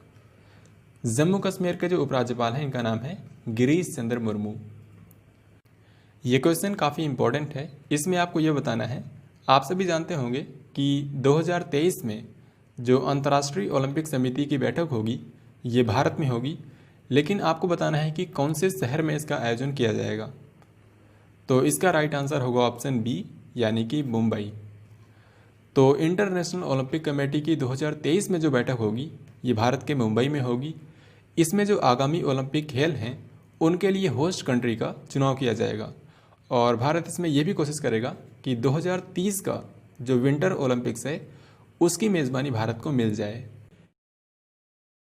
इनमें से किस राज्य की पुलिस को टेसर गन से लैस कर दिया गया है और ऐसा करने वाला ये देश का पहला राज्य बन गया है? तो हाल ही में गुजरात पुलिस को टेसर गन सौंप दिया गया है। सो आंसर होगा ऑप्शन सी। ये जो टेसर गन है ये एक इलेक्ट्रोशॉक हथियार होता है, तो इससे लोगों को बिजली का झटका दिया जाता है। हालांकि इसका इफेक्ट बहुत ही कम समय के लिए होता है। तो हाल ही में गुजरात पुलिस को टेसर गन से लैस कर दिया गया है। यहाँ पर गुजरात पुलिस की बात आई है तो आप ये भी जानते होंगे कि कुछ समय पहले राष्ट्रपति रामनाथ कोविंद जी ने गुजरात पुलिस को प्रेसिडेंट्स कलर देकर सम्मानित किया था। तो इसके बाद हम आगे बढ़ते हैं। किस राज्य की सरकार ने खेलों को बढ़ावा देने के लिए राज्य में खेलों को बढ़ावा देने के लिए माताओं के सहयोग से सामाजिक नवाचार की शुरुआत की है? इस शब्द पर आप ध्यान दीजिए, माताओं के सहयोग से। कहने का मतलब ये है कि अगर माताएं स्पोर्ट्स में शामिल होने के लिए अपने बच्चों को प्रोत्साहित करेंगी तो ये कहीं ज़्यादा इफेक्टिव होगा। ओके, तो इसीलिए हाल ही में हरियाणा की सरकार ने राज्य में खेलों को बढ़ावा देने के लिए माताओं के सहयोग से सामाजिक नवाचार की शुरुआत की है। तो इस क्वेश्चन का आंसर होगा ऑप्शन ए। और हरियाणा की सरकार ने अनाउंस किया है कि इस राज्य के जितने भी खिलाड़ी ओलंपिक्स में गोल्ड मेडल जीत कर लाएंगे उनको राज्य की तरफ से 6 करोड़ रुपए दिए जाएंगे। देन इसके बाद नेक्स्ट क्वेश्चन है, जो जर्मनी की स्पोर्टवेयर कंपनी है पूमा, इसने किस बॉलीवुड अभिनेत्री को अपना ब्रांड एम्बेसडर बनाया है? तो पूमा की ब्रांड एम्बेसडर बनी है करीना कपूर। सो आंसर होगा ऑप्शन डी। युगांडा में भारत के नए उच्चायुक्त बने हैं ए अजय कुमार। वेनेजुएला के नए राजदूत बने हैं अभिषेक सिंह और तुर्की में भारत के नए राजदूत बने हैं संजय कुमार पांडा। कुछ और इम्पोर्टेंट आपको बताता हूँ, जैसे कि अमेरिका में भारत के राजदूत बने हैं तरनजीत सिंह संधू। श्रीलंका में बने हैं गोपाल बागले। फ्रांस में भारत के नए राजदूत बने हैं जावेद अशरफ। कनाडा में भारत के नए उच्चायुक्त बने हैं अजय बिसरिया। तो ऐसे कुछ आप इम्पोर्टेंट याद रखिए। चीन में है विक्रम मिश्री, ये सब आप याद रखिए। 1 से लेकर 7 मार्च तक इनमें से कौन से शहर में अंतर्राष्ट्रीय योग महोत्सव का आयोजन किया गया? यहाँ पर आपको अंतर्राष्ट्रीय योग दिवस पर जो मेन इवेंट होगा उससे कंफ्यूज नहीं होना है। अंतर्राष्ट्रीय योग दिवस पर जो मेन इवेंट होगा उसका आयोजन किया जाएगा लेह लद्दाख में, जो कि मैंने आपको फर्स्ट क्वेश्चन में बताया था। लेकिन यहाँ पर पूछा जा रहा है अंतर्राष्ट्रीय योग महोत्सव, जो कि हर साल मार्च महीने के पहले सप्ताह में होता है उत्तराखंड के ऋषिकेश में। सो इस क्वेश्चन का आंसर होगा ऑप्शन डी। इनमें से कौन सी स्मार्टफोन निर्माता कंपनी है जिसने पेका लुंडमार्क को अपना अध्यक्ष और सीईओ बनाने की अनाउंसमेंट की है? तो इसका राइट आंसर होगा ऑप्शन डी, यानी कि नोकिया। आप जानते होंगे नोकिया के अभी के समय जो सीईओ हैं इनका नाम है राजीव सूरी, जो कि भारतीय मूल के हैं, लेकिन ये इसी साल 31 अगस्त को रिटायर हो जाएंगे। तो इनके बाद बनेंगे पेका लुंडमार्क। नोकिया जो है ये फिनलैंड की कंपनी है। सायोमी और हुआवी ये दोनों कंपनी है चाइना की, और सैमसंग है साउथ कोरिया की कंपनी। इनमें से कौन सी कंट्री के एक फेमस सिंगर थे केनी रोजर्स? इनकी मार्च 2020 में डेथ हो गई। इनको 3 बार जो संगीत के क्षेत्र में सबसे बड़ा पुरस्कार होता है ग्रैमी पुरस्कार, तो ये 3 बार ग्रैमी पुरस्कार भी जीत चुके थे। तो ये अमेरिका के सिंगर थे। सो आंसर होगा ऑप्शन डी। इनके अलावा मार्च महीने में ही कुछ और इम्पोर्टेंट पर्सन की डेथ हुई है, जैसे कि एक फेमस हॉलीवुड एक्टर थे अमेरिका के मार्क ब्लम। इनकी डेथ हो गई कोरोना वायरस के कारण। इनके अलावा स्वीडन के एक फेमस एक्टर थे मैक्स वान सीडो। मैक्स वान सीडो, इनको 2 बार ऑस्कर के लिए नॉमिनेट किया गया था, तो इनकी भी डेथ हो गई है। और प्रसिद्ध गायक और सैक्सोफोन वादक मनु डिबंगो की भी डेथ हो गई। इनकी डेथ भी कोरोना वायरस के कारण हुई है। तो ये थे कैमरून से। जो वित्तीय वर्ष बीत चुका है 2019-20, इसकी तीसरी तिमाही में भारत की जीडीपी ग्रोथ रेट कितने परसेंट थी? तो इसका राइट आंसर होगा ऑप्शन सी। तो आप जानते होंगे पहले क्वार्टर में थी 5%, दूसरे क्वार्टर में और घट गई 4.5% और तीसरे क्वार्टर में थोड़ा सा बढ़ गई 4.7। तो यहाँ पर तीसरे क्वार्टर का पूछा गया है, सो आंसर होगा 4.7%। तो अब हम नेक्स्ट क्वेश्चन देखते हैं। ब्लूमबर्ग बिलियनियर इंडेक्स के अनुसार एशिया के सबसे अमीर व्यक्ति कौन बन गए हैं? एशिया के सबसे अमीर व्यक्ति। तो अभी तक एशिया के सबसे अमीर व्यक्ति थे मुकेश अंबानी, भारत के मुकेश अंबानी, लेकिन अब बन गए हैं चीन के जैक मा। इनकी कंपनी का नाम है अलीबाबा। आईडीएफसी फर्स्ट बैंक के पहले ब्रांड एम्बेसडर कौन बने हैं? आईडीएफसी फर्स्ट बैंक जो है इसका नामकरण 2019 में हुआ था। एक्चुअल में क्या है कि 2019 में जो कैपिटल फर्स्ट बैंक है इसको आईडीएफसी बैंक में मर्ज कर दिया गया था और इसी के बाद आईडीएफसी बैंक का नाम हो गया था आईडीएफसी फर्स्ट बैंक। तो इसके अब पहले ब्रांड एम्बेसडर बने हैं महानायक अमिताभ बच्चन जी। सो आंसर होगा option D. IDFC first bank जो है इसका हेडक्वार्टर मुंबई में है और इसके एमडी और सीईओ कौन है इनका नाम आप कमेंट बॉक्स में लिखकर बताएंगे। इनमें से कौन सी बैंक ने यह डिसीजन लिया है कि उनका जो 2020-21 का वार्षिक लाभ होगा उसका 0.25% वो कोविड-19 से निपटने के लिए दान कर देंगे? तो ये डिसीजन लिया है स्टेट बैंक ऑफ इंडिया ने। सो आंसर होगा option A. State bank of India का हेडक्वार्टर मुंबई में है और इसके अध्यक्ष हैं रजनीश कुमार। रजनीश कुमार इसके अध्यक्ष हैं। शादी भाग्य योजना, इसको हाल ही में बंद कर दिया गया। आपको बताना है कि ये जो योजना है ये कौन से राज्य से संबंधित थी? तो इसका राइट आंसर होगा ऑप्शन ए यानी कि कर्नाटक। तो ये कर्नाटक में पिछली सरकार द्वारा शुरू की गई थी। तो इसमें क्या था कि जो गरीब मुस्लिम महिलाएं हैं उनको शादी के खर्च के लिए 50,000 रुपये दिए जाते थे। तो अभी इस योजना को बंद कर दिया गया है। कर्नाटक के मुख्यमंत्री हैं बीएस येदियुरप्पा, पार्टी है बीजेपी। 500 T20 मैच खेलने वाले पहले खिलाड़ी कौन बन गए हैं? तो ये दुनिया के पहले खिलाड़ी हैं जिन्होंने 500 T20 मैच पूरे किए हैं। इनका नाम है कीरोन पोलार्ड। कीरोन पोलार्ड जो हैं ये न्यूजीलैंड क्रिकेट टीम के कप्तान हैं। और यहाँ पर आपसे ये भी पूछ सकते हैं कि इन्होंने अपना 500वां T20 मैच कौन से देश के खिलाफ खेला है? तो इसका आंसर होगा श्रीलंका। इनमें से किस राज्य की सरकार ने प्रत्येक प्राथमिक स्वास्थ्य केंद्रों पर एक आरोग्य मित्र तैनात करने की अनाउंसमेंट की है? यानी कि राज्य में जितने भी प्राइमरी हेल्थ सेंटर्स हैं वहाँ पर एक आरोग्य मित्र को तैनात किया जाएगा। आरोग्य मित्र जो होंगे इनका काम ये होगा कि राज्य में और केंद्र सरकार द्वारा हेल्थ से रिलेटेड जितनी भी योजनाएं शुरू की गई हैं उनके बारे में लोगों को अवेयर किया जाएगा, उनके बारे में लोगों को जानकारी दी जाएगी। तो आरोग्य मित्र तैनात किए जाएंगे उत्तर प्रदेश में। यहाँ के मुख्यमंत्री हैं योगी आदित्यनाथ। इसके अलावा उत्तर प्रदेश की सरकार ने युवाओं के कौशल विकास के लिए और राज्य में जॉब्स क्रिएट करने के लिए 3 योजनाएं शुरू की हैं। कौशल सतरंग योजना, युवा हब योजना और मुख्यमंत्री अप्रेंटिसशिप योजना। तो इन तीनों के नाम आपको याद रखने हैं क्योंकि आपके एग्जाम में इनका नाम दिया जाएगा और आपसे पूछा जाएगा कि इसको कौन से राज्य में शुरू किया गया है। हालांकि यहाँ पर आप इनके बारे में डिटेल में भी पढ़ सकते हैं। तो ये जो तीनों योजनाएं हैं ये राज्य में युवाओं के कौशल विकास के लिए और रोजगार सृजन के लिए हैं। ये क्वेश्चन भी काफ़ी महत्वपूर्ण है। इसमें आपको ये बताना है कि 5वें बिम्स्टेक शिखर सम्मेलन की मेज़बानी कौन सा देश करेगा? 5वां बिम्स्टेक शिखर सम्मेलन तो ये होगा श्रीलंका में। सो आंसर होगा ऑप्शन बी। श्रीलंका में कहाँ पर होगा? तो श्रीलंका का जो सबसे बड़ा शहर है कोलंबो, यहीं पर इसका आयोजन किया जाएगा। अमेरिका की जो स्पेस एजेंसी है नासा, इसने अपने मंगल मिशन 2020 के लिए जो रोवर बनाया है इस रोवर का नाम क्या रखा गया है? तो इसका राइट आंसर होगा ऑप्शन डी यानी कि परसेवरेंस। परसेवरेंस का मतलब होता है लगन। और फ्रेंड्स आपको बता दूं कि इस रोवर के साथ में पहली बार एक हेलीकॉप्टर को भी भेजा जाएगा और इस हेलीकॉप्टर का नाम दिया गया है इनजेन्युइटी, जिसका मतलब होता है सरलता। तो आपको दोनों ध्यान रखने हैं। रोवर का नाम है परसेवरेंस और हेलीकॉप्टर का नाम है इनजेन्युइटी। ये जो हेलीकॉप्टर का नाम दिया गया है इनजेन्युइटी, इसको एक भारतीय मूल की छात्रा ने नाम दिया है। क्या आप उनका नाम कमेंट बॉक्स में लिखकर बता सकते हैं? इनमें से किस आईआईटी संस्थान ने लॉकडाउन के दौरान छात्रों के लिए प्रोजेक्ट आइजैक लॉन्च किया है? ताकि जो स्टूडेंट्स हैं उनको रचनात्मक प्रोजेक्ट्स में व्यस्त रखा जाए। तो प्रोजेक्ट आइजैक शुरू किया था आईआईटी गांधीनगर ने। ये जो प्रोजेक्ट आइजैक शुरू किया गया है इसकी प्रेरणा आइजैक न्यूटन से ली गई है, क्योंकि आप जानते हैं जिस तरीके से आज लॉकडाउन लगा है और सारे स्कूल्स बंद हैं, ऐसे ही 1665 में लंदन में प्लेग के कारण सारे स्कूल्स बंद हो गए थे। तो उसी दौरान आइजैक न्यूटन ने अपने कई सारे इंपॉर्टेंट सिद्धांतों की खोज की थी।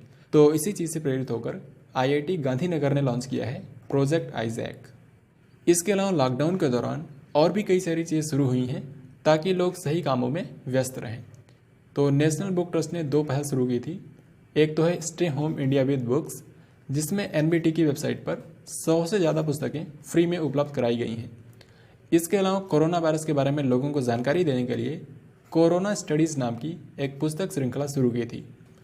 और जो आईसीआईसीआई बैंक है इसने व्हाट्सएप पर अपनी बैंकिंग सेवाएं शुरू की हैं। Next question and very important, राष्ट्रपति रामनाथ कोविंद ने इनमें से किसे राज्यसभा के सदस्य के रूप में नामित किया है? तो आप जानते होंगे राज्यसभा में कुल 12 लोगों को राष्ट्रपति नॉमिनेट कर सकते हैं। तो इन्हीं में से एक को नॉमिनेट किया गया है जो हमारे 46वें मुख्य न्यायाधीश थे, जस्टिस रंजन गोगोई। सो इस क्वेश्चन का आंसर होगा ऑप्शन बी। भारत ने किस देश के साथ 16,479 लाइट मशीन गन खरीदने के लिए सौदा किया है? और ये सौदा हुआ है 880 करोड़ रुपए में। तो भारत ये लाइट मशीन गन खरीदेगा इजराइल से। इजराइल की राजधानी है यरूशलेम और यहाँ के 5वीं बार प्रधानमंत्री बने हैं बेंजामिन नेतन्याहू। मार्च महीने में बीबीसी इंडियन स्पोर्ट्स अवार्ड दिए गए हैं। इसमें आपको ये बताना है कि BBC Indian sport woman of the year का खिताब किसको दिया गया है? तो ये खिताब दिया गया है भारत की बैडमिंटन स्टार पीवी सिंधु को। पीवी सिंधु ने 2019 में पहली बार वर्ल्ड चैंपियनशिप जीती है। ये क्वेश्चन काफ़ी इंटरेस्टिंग है। इसमें क्या है कि बीबीसी वर्ल्ड हिस्ट्री मैगजीन ने एक सर्वे करवाया था। तो लगभग 4 से 5 हज़ार लोगों से पूछा गया कि उनके हिसाब से आज तक के इतिहास में सबसे महान नेता कौन हुए हैं। तो उनके सामने कई सारे ऑप्शंस दिए गए, जैसे कि Maharaja Ranjit Singh, queen Elizabeth, Britain के पूर्व प्रधानमंत्री विंस्टन चर्चिल, अमेरिका के पूर्व राष्ट्रपति अब्राहम लिंकन। तो ऐसे कई सारे ऑप्शंस उनके सामने दिए गए और उनसे पूछा गया कि उनके हिसाब से आज तक के इतिहास में दुनिया के सबसे महान नेता कौन हुए हैं। तो उनमें से 38% लोगों ने कहा महाराजा रणजीत सिंह। तो इस क्वेश्चन का आंसर हो गया ऑप्शन ए। इसके अलावा टाइम्स ऑफ इंडिया ने भी 2019 के लिए स्पोर्ट्स अवार्ड अनाउंस किए हैं। तो इसमें आपको सिर्फ 2 विनर्स के नाम याद रखने हैं, sport person of the year PV Sindhu और cricketer of the year Rohit Sharma. बस आपको ये 2 याद रखने हैं। भारत में रूफटॉप सोलर स्थापित करने के मामले में कौन सा राज्य शीर्ष पर है? यानी कि छतों पर जो सोलर पैनल लगाए जाते हैं उस मामले में कौन सा राज्य शीर्ष पर है? तो इस मामले में गुजरात पहले स्थान पर है और दूसरे स्थान पर है महाराष्ट्र। समावेशी इंटरनेट सूचकांक 2020 में भारत को कौन सा स्थान मिला है? Inclusive internet index 2020। तो इसमें भारत को स्थान मिला है 46। इसको जारी किया है इकोनॉमिस्ट इंटेलिजेंस यूनिट ने। तो इसमें नंबर 1 कंट्री है स्वीडन। किसी भी इंडेक्स में आपको कम से कम 3 चीज़ें याद रखनी चाहिए। एक तो किस संस्था ने जारी किया है, नंबर 1 कंट्री कौन सा है और भारत की रैंक क्या है। तो ये सारे पॉइंट्स आपको याद रखने हैं। 26 मार्च 2020 को वर्चुअल G20 सम्मेलन का आयोजन किया गया। इसकी अध्यक्षता कौन से देश ने की? और आपको बता दूं कि इसमें भारत के प्रधानमंत्री नरेंद्र मोदी जी ने हिस्सा लिया था। वैसे इस क्वेश्चन का आंसर तो बहुत ही आसान है, क्योंकि आप जानते हैं 2020 में G20 की अध्यक्षता मिली है सऊदी अरब को। सो इस क्वेश्चन का आंसर होगा ऑप्शन डी। और इस सम्मेलन में सभी G20 देशों ने कोरोना वायरस से निपटने के लिए $5 ट्रिलियन का निवेश करने की घोषणा की है। इनमें से किस समुदाय के लोगों द्वारा नवरोज उत्सव को नए साल की शुरुआत के रूप में मनाया जाता है? तो ये आप सभी को पता होगा। आंसर होगा ऑप्शन डी, यानी कि पारसी समुदाय। और ये हर साल 21 मार्च को मनाया जाता है। महाराष्ट्र की सरकार ने इनमें से किस हवाई अड्डे का नाम बदलकर छत्रपति संभाजी महाराज हवाई अड्डा करने का निर्णय लिया है? जो संभाजी थे ये मराठा साम्राज्य में शिवाजी के बेटे थे, तो इन्हीं के नाम पर जो औरंगाबाद का एयरपोर्ट है इसका नाम रखा जाएगा। सो आंसर होगा ऑप्शन सी। इसके अलावा महाराष्ट्र की सरकार ने इनमें से एक रेलवे स्टेशन का नाम नाना शंकर शेठ के नाम पर करने की मंजूरी दी है। आपको बताना है कि इनमें से कौन सा रेलवे स्टेशन है। तो ये है मुंबई सेंट्रल रेलवे स्टेशन, जो कि भारत का पहला ईट राइट रेलवे स्टेशन भी बना है। तो अब इसका नाम नाना शंकर शेठ के नाम पर रखा जाएगा। नाना शंकर शेठ जो थे ये एक शिक्षाविद थे और भारत में रेलवे की स्थापना में इनका काफ़ी अहम योगदान रहा है। तो अब इन्हीं के नाम पर मुंबई सेंट्रल रेलवे स्टेशन का नाम रखा जाएगा। मणिपुर राज्य ने एथलीटों और कलाकारों को प्रोत्साहित करने के लिए कौन सी योजना अनाउंस की है। तो एथलीटों को प्रोत्साहित करने के लिए सी मैस्ट योजना शुरू की जाएगी। इसमें एस का मतलब है स्पोर्ट्स, और कलाकारों को प्रोत्साहित करने के लिए सी मैट योजना शुरू की जाएगी। इसमें ए का मतलब है आर्टिस्ट। सो इस क्वेश्चन का आंसर होगा ऑप्शन सी, ए और बी दोनों। मणिपुर के मुख्यमंत्री हैं एन बीरेन सिंह। दुनिया का पहला डार्क स्काई नेशन कौन सा बना है। तो दुनिया का फर्स्ट डार्क स्काई नेशन है नीयू। सो आंसर होगा ऑप्शन बी। इनमें से किस हाईकोर्ट ने राज्य के सभी स्कूलों और कॉलेजों में किसी भी तरह से राजनीतिक हड़ताल पर बैन लगा दिया है। इस हाईकोर्ट के जो वर्तमान में मुख्य न्यायाधीश हैं इनका नाम है एस मणि कुमार। तो यहाँ पर बात हो रही है केरल उच्च न्यायालय की। हाल ही में एक पुस्तक का विमोचन किया गया है, इसका नाम है क्रॉनिकल्स ऑफ चेंज चैंपियंस। तो आपको बताना है कि इसको किसने रिलीज़ किया है। सबसे पहले मैं आपको बता दूं कि ये जो किताब है ये बेटी बचाओ बेटी पढ़ाओ योजना पर आधारित है। एक्चुअल में क्या है कि जो बेटी बचाओ बेटी पढ़ाओ योजना है इसके तहत देश भर में जितने भी इनिशिएटिव शुरू किए गए हैं, चाहे वो राज्य स्तर पर हों या फिर जिला स्तर पर, तो जितने भी इनिशिएटिव शुरू किए गए हैं उनमें से 25 सबसे जो इफ़ेक्टिव इनिशिएटिव हैं उनका संकलन इस किताब में किया गया है। उन सब का कलेक्शन इस किताब में किया गया है। तो इस किताब को रिलीज़ किया है महिला और बाल विकास मंत्री स्मृति ईरानी ने। तो आइए फ्रेंड्स, इसी के साथ देखते हैं कि मार्च महीने में और कौन कौन सी इंपॉर्टेंट बुक्स लॉन्च हुई हैं। तो आपको 3 और याद रखनी है। इनमें से एक है my encounters in parliament. My encounters in parliament इस किताब को रिलीज़ किया है भारत के पूर्व उपराष्ट्रपति हामिद अंसारी ने। और सबसे इम्पोर्टेंट ये है इसको लिखा किसने है। तो इसको लिखा है भारत के एक जाने माने इकोनॉमिस्ट और पूर्व राज्यसभा सदस्य भालचंद्र मुंगेकर ने। भालचंद्र मुंगेकर। इसके अलावा दूसरी बुक है लेगेसी ऑफ लर्निंग। इस किताब को लिखा है सविता छाबड़ा ने। और नेक्स्ट बुक है missing in action, the prisoners who never came back. Very very important. तो इस किताब को लिखा है चंद्रसुता डोगरा ने और ये भारत के उन सैनिकों पर लिखी गई है जो कि 1965 और 1970 के वार में लापता हो गए थे। भारत का जो ट्राइफेड है इसको आप शॉर्ट में ट्राइबल फेडरेशन बोल सकते हैं। वैसे इसका पूरा नाम है tribal cooperative marketing development federation of India. तो आपको बताना है कि इसने हाल ही में कौन सी पहल शुरू की है आदिवासी लोगों को उद्यमिता कौशल प्रदान करने के लिए। यानी कि हमारे जो आदिवासी लोग हैं उनको उद्यमी बनाने के लिए कौशल प्रदान किया जाएगा। इसके लिए कौन सी पहल शुरू की है ट्राइफेड ने। तो इस पहल का नाम है tech for tribal. Tech for tribal. Bharat के सेवानिवृत्त यानी कि रिटायर्ड वाइस एयर मार्शल का नाम आपको बताना है जिनकी 29 मार्च को डेथ हो गई है। तो इनका नाम है Chandan Singh Rathore. Vice air marshal Chandan Singh Rathore. और इनकी बहादुरी के लिए 1971 में इनको महावीर चक्र से सम्मानित किया गया था, क्योंकि जो 1962 और 1971 की जो वार हुई थी उसमें इन्होंने काफ़ी अहम भूमिका निभाई थी। इनके अलावा भारत के प्रसिद्ध कलाकार और वास्तुकार सतीश गुजराल की भी हाल ही में डेथ हो गई। नाम सुना सुना सा आपको लग रहा होगा। जो इंद्र कुमार गुजराल थे भारत के पूर्व प्रधानमंत्री, उनके छोटे भाई थे सतीश गुजराल। तो इन्हीं की हाल ही में डेथ हो गई। ये एक फेमस कलाकार और वास्तुकार थे। इन्होंने कई सारी चीज़ों का डिज़ाइन दिया था, जैसे कि नई दिल्ली में जो बेल्जियम की एम्बेसी है उसको भी इन्होंने ही डिज़ाइन किया था। तो इनको कला के क्षेत्र में 1999 में पद्म विभूषण से सम्मानित किया गया था, देश का दूसरा सर्वोच्च नागरिक सम्मान पद्म विभूषण। ओमान ओपन 2020 ये एक टेबल टेनिस टूर्नामेंट था और इसका आयोजन ओमान की राजधानी मस्कट में किया गया था। तो आपको बताना है कि इसमें पुरुष एकल का खिताब किसने जीता है।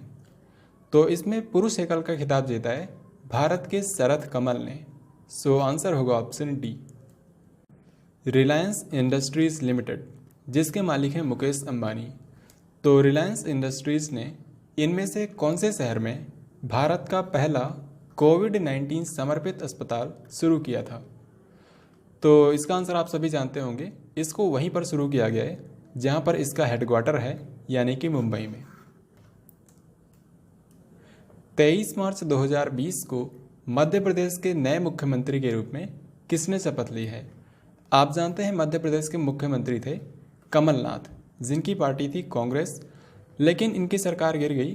तो इनके बाद जो मध्य प्रदेश के नए मुख्यमंत्री बने हैं इनका नाम है शिवराज सिंह चौहान और इनकी पार्टी है बीजेपी। और आपको ये भी याद रखना है कि मध्य प्रदेश के सीएम के रूप में इन्होंने चौथी बार शपथ ली है। हिंदुस्तान एरोनॉटिक्स लिमिटेड जिसको शॉर्ट में बोलते हैं HAL, तो इसने कितने देशों में अपने लॉजिस्टिक्स बेस बनाने के लिए योजना बनाई है।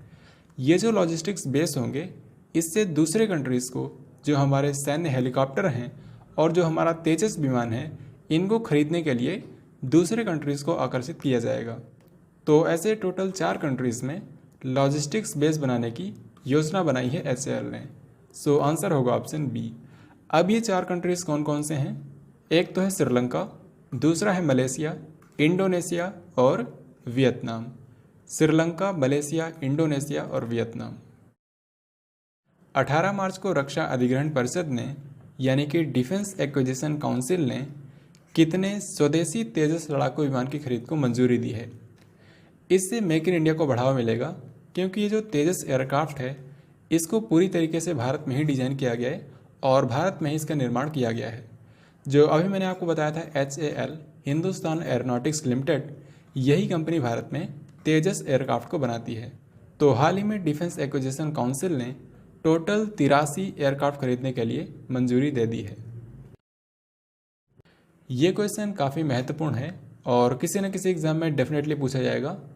एबेल पुरस्कार 2020 का एबेल पुरस्कार किसको दिया गया है। ये जो एबेल पुरस्कार होता है ये नॉर्वे की सरकार देती है और ये मैथमेटिक्स यानी कि गणित के क्षेत्र में दिया जाता है। तो एबेल पुरस्कार 2020 2 लोगों को दिया गया है, हिलेल फ्रस्टेनबर्ग और ग्रेगरी मार्गुलेस। सो आंसर हो जाएगा option C. Cricket world cup का फाइनल खेलने वाली दुनिया की सबसे युवा खिलाड़ी कौन बन गई हैं। अभी तक ये रिकॉर्ड था वेस्ट इंडीज़ के एक महिला के नाम, जिनका नाम है सकाना क्विंटीन, लेकिन अब ये रिकॉर्ड भारत की शेफाली वर्मा के नाम हो गया है क्योंकि इन्होंने केवल 16 साल की उम्र में ही क्रिकेट वर्ल्ड कप का फाइनल खेला है। इस साल जो ICC का T20 वर्ल्ड कप हुआ था महिलाओं का, इसका खिताब कौन सी टीम ने जीता है। तो इसका आयोजन किया गया था ऑस्ट्रेलिया में और इसको ऑस्ट्रेलिया ने ही जीत लिया है। सो आंसर होगा ऑप्शन सी। और आप जानते हैं इसमें भारत को ऑस्ट्रेलिया ने 85 रनों से हराया था। अब जब ये टूर्नामेंट ख़त्म हुआ तो उसके बाद ICC ने टीम ऑफ द टूर्नामेंट की घोषणा की थी। तो आपको बताना है कि इस टीम ऑफ द टूर्नामेंट में शामिल होने वाली एकमात्र भारतीय कौन बनी। तो इनका नाम है पूनम यादव। अब ये जो टूर्नामेंट था इस बार इसका 7वां संस्करण था। कहने का मतलब अभी तक ये टूर्नामेंट 7 बार हो चुका है और इसमें से 5 बार इसको ऑस्ट्रेलिया ने ही जीता है। यहाँ पर आप देख सकते हैं। हाल ही में दुनिया के टॉप 500 सबसे बेस्ट NGO की लिस्ट जारी की गई, यानी कि दुनिया भर में जो गैर सरकारी संगठन हैं इनकी लिस्ट जारी की गई। तो आपको बताना है कि इसमें कौन से NGO को शीर्ष स्थान मिला है। तो ये बांग्लादेश का एक NGO है, इसका नाम है BRAC, building resources across communities, और इसका हेडक्वार्टर बांग्लादेश की राजधानी ढाका में है। सिविल एविएशन पर हाल ही में एक प्रदर्शनी का आयोजन किया गया था, विंग्स इंडिया 2020। तो आपको बताना है कि इसका आयोजन कौन से शहर में किया गया। इसका आयोजन किया गया था बेगमपेट एयरपोर्ट पर और बेगमपेट एयरपोर्ट है हैदराबाद में। सो आंसर होगा ऑप्शन डी। और अगर आपको याद हो तो हैदराबाद शहर में ही इस साल बायो एशिया 2020 सम्मेलन भी हुआ था। तो इन दोनों को आप एक साथ याद रख सकते हैं, बायो एशिया 2020 और विंग्स इंडिया 2020। भारतीय रेलवे ने कब तक सभी ब्रॉडगेज मार्गों का विद्युतीकरण करने का लक्ष्य रखा है? तो देश में जितना भी ब्रॉडगेज रूट है इसको दिसंबर 2023 तक इलेक्ट्रीफाई किया जाएगा। सो आंसर होगा ऑप्शन डी। कोरोना वायरस के लिए एंटीबॉडी परीक्षण शुरू करने वाला दुनिया का पहला देश कौन सा है? तो दुनिया का पहला कंट्री जिसने एंटीबॉडी परीक्षण शुरू किया है ये कोई और नहीं बल्कि भारत ही है। कोविड-19 टेस्ट किट की अगर हम बात करें तो भारत की एक प्राइवेट कंपनी है जिसका नाम है माई लैब डिस्कवरी सॉल्यूशंस प्राइवेट लिमिटेड। ये पुणे में है और इसी ने भारत की पहली कोविड-19 टेस्ट किट बनाई है जिसका नाम है पैथो डिटेक्ट। इसको आपको याद रखना है। और अमेरिका के शिकागो शहर की एक कंपनी है एबॉट लैबोरेटरीज। इसने एक ऐसी टेस्ट किट बनाई है जिससे केवल 5 मिनट के अंदर ही कोरोना वायरस का पता लगाया जा सकता है। Small industries development bank of India यानी कि सिडबी, ये भारत में जो छोटे उद्योग हैं उनके विकास के लिए काम करता है। तो आपको बताना है कि इसके द्वारा उद्यमिता को बढ़ावा देने के लिए किस नाम से एक विशेष ट्रेन शुरू की जाएगी। ये जो ट्रेन होगी ये भारत के 11 शहरों में जाएगी। ये शुरू होगी लखनऊ से और इसका जो आखिरी डेस्टिनेशन है ये है वाराणसी। तो लखनऊ से लेकर वाराणसी के बीच में जाएगी, टोटल 11 शहरों में। तो इस ट्रेन का नाम रखा गया है स्वावलंबन एक्सप्रेस। स्वावलंबन एक्सप्रेस। अंतर्राष्ट्रीय ऊर्जा एजेंसी के हिसाब से बिजली उत्पादन में भारत का कौन सा स्थान है? तो पावर जनरेशन में भारत का स्थान है तीसरा। नंबर 1 कंट्री है चाइना और दूसरे स्थान पर है अमेरिका। हॉकी इंडिया ने Dhruv Batra player of the year award 2019 के लिए किसको दिया है? इसका आंसर जानने से पहले आपको बता दूं कि हाल ही में हॉकी इंडिया ने 3rd एनुअल अवार्ड्स की अनाउंसमेंट की है। वैसे तो ये अवार्ड कई सारी कैटेगरी में दिया गया है लेकिन आपको सिर्फ 3 कैटेगरी याद रखनी है। Major Dhyanchand lifetime achievement award, इसमें 30 लाख रुपए दिए जाते हैं और ये दिया गया है हरविंदर सिंह को। और जो ध्रुव बत्रा अवार्ड होता है ये साल के सबसे बेस्ट हॉकी खिलाड़ी को दिया जाता है। तो इस बार ये दिया गया है, पुरुषों में दिया गया है जो मेंस हॉकी टीम के कैप्टन हैं मनप्रीत सिंह, और महिलाओं में दिया गया है वुमेन्स हॉकी टीम की कैप्टन रानी रामपाल को। तो इनको याद रखना बहुत ही आसान है। अब हम क्वेश्चन पर लौटते हैं। यहाँ पर पूछा गया है Dhruv Batra player of the year award. यहाँ पर यह चीज़ मेंशन नहीं है कि मेंस या फिर वुमेन्स किसका पूछा जा रहा है। तो इसमें आप दोनों मार्क कर सकते हैं। आंसर होगा उपरोक्त तो दोनों, मनप्रीत सिंह और रानी रामपाल। तो चलिए आगे बढ़ते हैं। मार्च महीने में वर्ल्ड लाइन इंडिया ने डिजिटल लेन देन रिपोर्ट 2019 जारी की है। तो इसमें भारत का अग्रणी राज्य कौन सा है? कहने का मतलब ये है कि साल 2019 में किस राज्य में सबसे ज़्यादा डिजिटल लेन देन किया गया। इस रिपोर्ट से आपको सिर्फ 3 बातें याद रखनी हैं। नंबर 1, सबसे ज़्यादा डिजिटल ट्रांजैक्शन किया गया है महाराष्ट्र में, अगर हम राज्यों की बात करें तो। और अगर हम शहरों की बात करें तो आंसर होगा बेंगलुरु।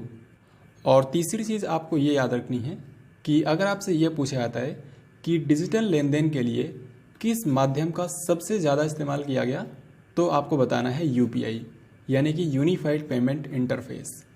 तो क्वेश्चन में राज्य पूछा गया है, सो आंसर होगा महाराष्ट्र।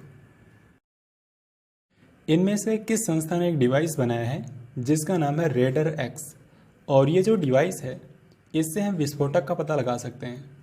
तो इसको बनाया है हमारी डीआरडीओ ने। डीआरडीओ और Indian institute of science Bengaluru, इन दोनों ने मिलकर इसको बनाया है। सबसे ज़्यादा भाषाओं में संपादन के लिए इनमें से किस फिल्म संपादक का नाम Limca book of world record में दर्ज किया गया? तो इनका नाम है श्रीकर प्रसाद। श्रीकर प्रसाद, इन्होंने 17 भाषाओं में फिल्मों का संपादन किया है। वॉलमार्ट इंडिया के मुख्य कार्यकारी अधिकारी यानी कि सीईओ कौन बने हैं? तो वॉलमार्ट इंडिया के नए सीईओ बने हैं समीर अग्रवाल। आंसर होगा ऑप्शन डी। तो यहाँ पर आप देख सकते हैं वॉलमार्ट इंडिया के सीईओ बने हैं Sameer Agarwal. Salesforce India की नई सीईओ बनी हैं अरुंधति भट्टाचार्य, जो कि पहले एसबीआई की चेयरमैन थी, आज के समय एसबीआई के चेयरमैन हैं रजनीश कुमार। और गूगल क्लाउड इंडिया के नए एमडी बने हैं करण बजवा। तो ये तीनों आपको याद रखने हैं। भारत सरकार ने साल 2020 के लिए विश्व धरोहर सूची में शामिल करने हेतु कितने स्थलों को नामित किया है? तो भारत से 2 नाम भेजे गए हैं, एक तो है धोलावीरा और दूसरा है दक्कन सल्तनत। हालांकि इनको वर्ल्ड हेरिटेज साइट का दर्जा मिलता है कि नहीं, ये डिसाइड होगा इस साल जो वर्ल्ड हेरिटेज कमेटी की बैठक होगी फुझो चाइना में। तो इसका आंसर होगा ऑप्शन सी। कमेंट्स में लिखकर आपको बताना है कि आज के समय भारत में कुल कितने विश्व विरासत स्थल हैं और कौन से राज्य में सबसे ज़्यादा हैं। कोविड-19 के टीके की जांच करने के लिए मानव परीक्षण शुरू करने वाला दुनिया का पहला देश कौन सा है? तो इसका राइट आंसर आपको पता होगा, ये है अमेरिका। इसमें आपसे 2 सवाल और पूछ सकते हैं कि ये जो मानव परीक्षण किया गया है ये सबसे पहले किसके ऊपर किया गया? तो इनका नाम है जेनिफर हैलर। और दूसरा सवाल ये कि ये जो टीका बनाया गया है इसको अमेरिका की कौन सी कंपनी ने बनाया है? तो इसका नाम है मॉडर्ना, MODERNA। ये अमेरिका का एक निजी फर्म है।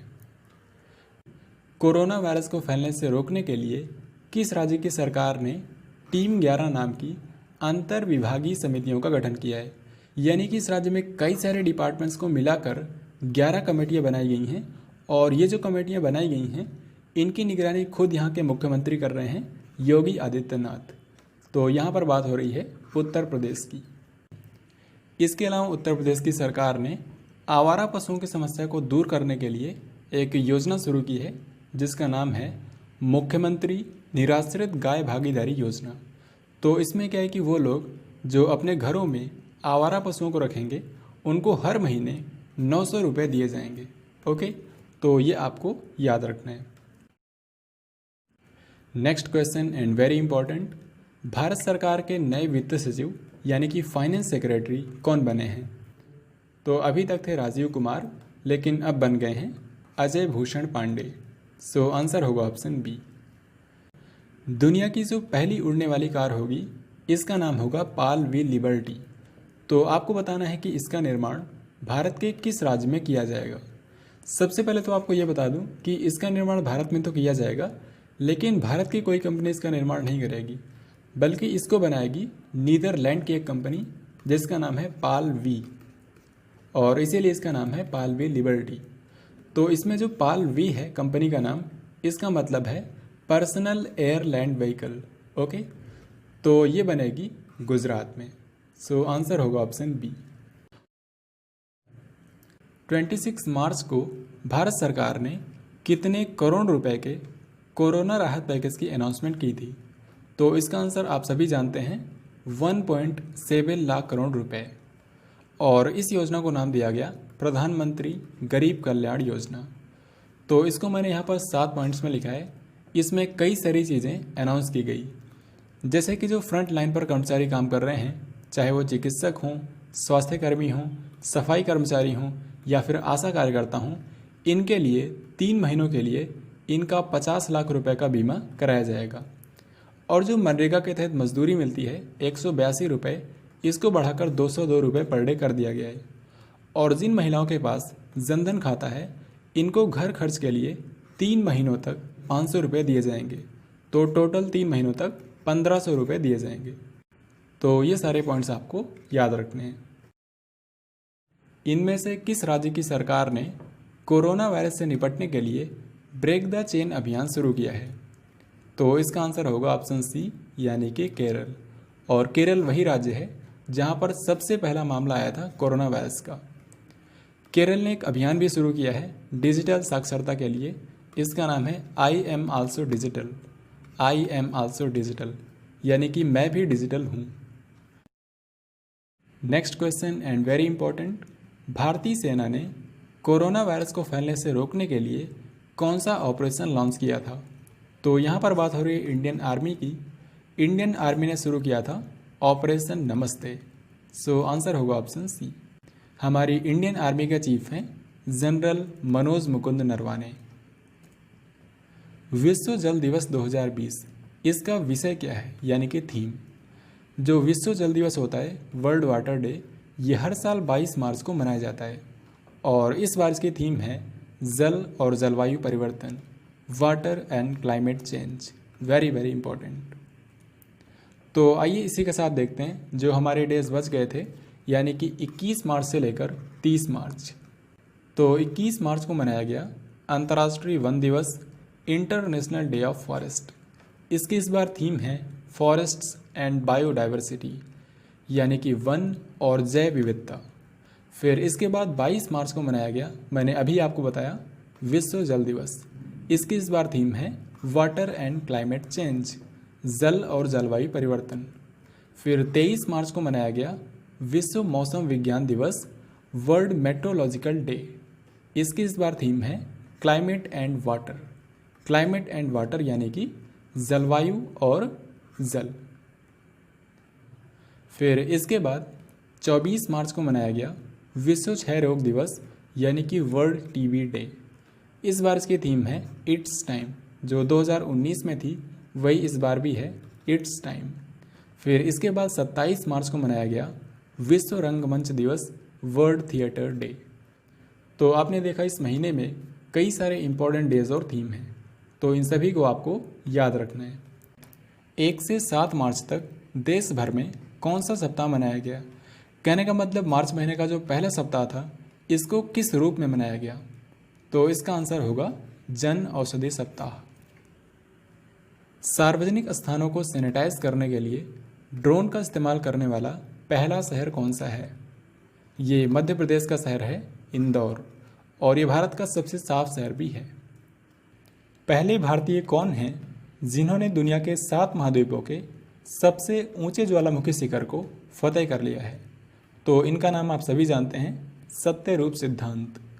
और वैसे तो ये काम इन्होंने 2019 में ही पूरा कर लिया था, लेकिन अभी इनका नाम फिर से न्यूज़ में आया है क्योंकि इस उपलब्धि के लिए इनका नाम लिम्का बुक ऑफ रिकॉर्ड में दर्ज किया गया है। यहाँ पर आपको उस क्रिकेटर का नाम बताना है जिन्होंने मार्च महीने में क्रिकेट के सभी प्रारूपों से संन्यास की घोषणा की है। तो ये हैं वसीम जाफ़र, रणजी ट्रॉफी के फेमस प्लेयर वसीम जाफ़र। भारत के एक एथलीट हैं नवीन चिकारा। हाल ही में वर्ल्ड एथलेटिक्स ने इनको 4 साल के लिए बैन कर दिया है। आपको बताना है कि ये कौन से खेल से संबंधित हैं। तो ये शॉट पुट यानी कि गोला फेंक खेलते हैं। सो आंसर होगा ऑप्शन ए। भारतीय रेलवे ने किस रेलवे स्टेशन पर पहली बार रेस्टोरेंट ऑन व्हील्स लॉन्च किया है, यानी कि चलता फिरता रेस्टोरेंट। तो इसको शुरू किया गया है आसनसोल रेलवे स्टेशन, पश्चिम बंगाल में। सिपरी की रिपोर्ट के हिसाब से दुनिया का सबसे बड़ा हथियार आयातक देश कौन सा है, यानी कि दुनिया का कौन सा देश है जो सबसे ज़्यादा हथियार खरीदता है। तो ये कंट्री है सऊदी अरेबिया। और इसके बाद जो दूसरा कंट्री है वो अपना भारत है। यहाँ पर आप देख सकते हैं दुनिया का सबसे बड़ा हथियार निर्यातक देश है अमेरिका, यानी कि सबसे ज़्यादा हथियार बेचता है अमेरिका। और सबसे बड़ा आयातक देश है सऊदी अरब। अब आपसे ये पूछा जाएगा कि भारत का इनमें कौन सा स्थान है। तो निर्यातक देशों में तो भारत बहुत ही पीछे है, 23वां स्थान है, लेकिन खरीदने के मामले में भारत दूसरे स्थान पर है। तो ये सारे पॉइंट्स आपको याद रखने हैं। हमारा जो सीमा सड़क संगठन है बॉर्डर रोड ऑर्गेनाइजेशन, इसने उत्तरी सिक्किम में एक सस्पेंशन पुल बनाया है जिसकी लंबाई है 360 फुट। आपको बताना है कि उत्तरी सिक्किम में कौन सी नदी पर बनाया गया है। तो ये बनाया गया है तीस्ता नदी पर, तीस्ता नदी। मार्च 2020 में किस राज्य की सरकार ने SC/ST कर्मचारियों के लिए पदोन्नति में आरक्षण को हटा दिया है, यानी कि प्रमोशन में रिजर्वेशन नहीं दिया जाएगा।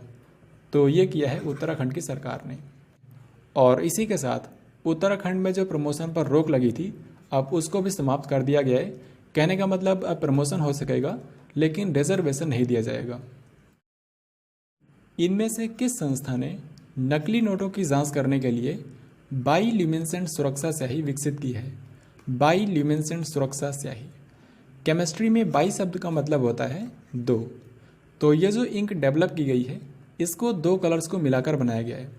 यानी कि ये जो इंक है नॉर्मली आपको ये सफ़ेद दिखाई देगी, लेकिन जब आप इसके ऊपर यूवी लाइट डालेंगे तो इसका कलर रेड हो जाएगा, और जैसे ही आप इसके ऊपर से पराबैंगनी प्रकाश हटाएंगे तो फिर इसका कलर ग्रीन हो जाएगा।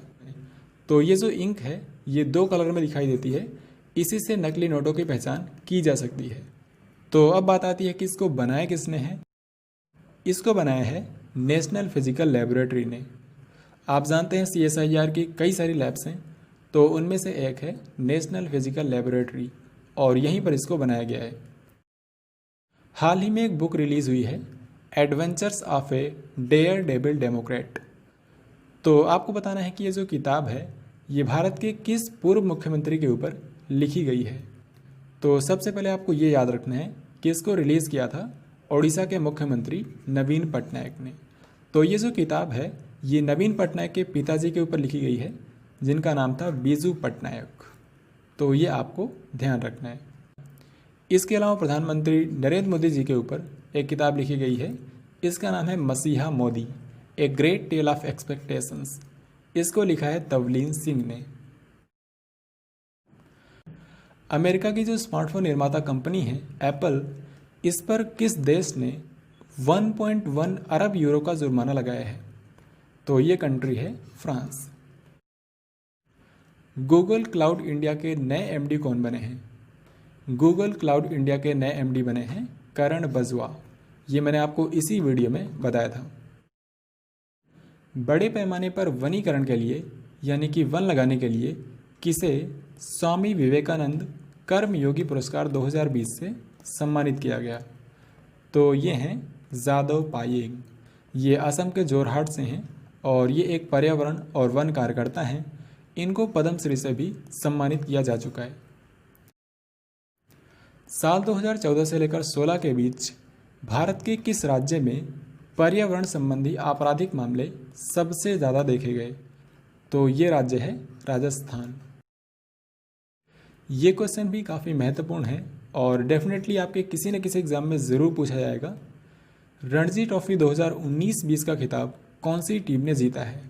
रणजी ट्रॉफी 2019-20 इसको पहली बार जीता है सौराष्ट्र ने, और इसने फाइनल में हराया बंगाल को। तो ये सौराष्ट्र की पहली जीत है। तो ये था आज का लास्ट क्वेश्चन। आप सभी ने इस वीडियो को ध्यान से देखा होगा। तो अब आपके लिए 3 क्वेश्चन मैं पूछूंगा, जिनका राइट आंसर आपको नीचे कमेंट बॉक्स में लिखकर बताना है।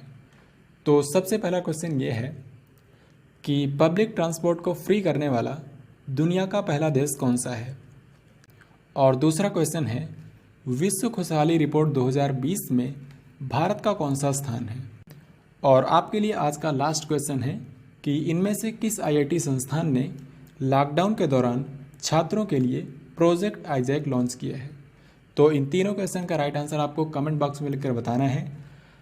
तो ये था आज का कंप्लीट वीडियो। इसमें हमने पूरे मार्च महीने के सभी इंपॉर्टेंट करंट अफेयर्स को कवर कर लिया है। अगर आपका आने वाले समय में कोई भी एग्ज़ाम है तो आप इसको 1 से 2 बार रिवाइज करके जा सकते हैं।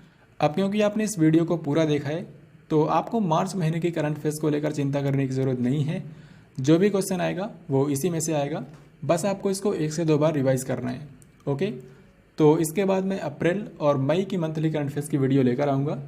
अगर आपको ये वीडियो पसंद आया है तो इसको लाइक ज़रूर करें, और आपको ये वीडियो कैसा लगा कमेंट बॉक्स में अपना फीडबैक ज़रूर दें। Thanks for watching this video.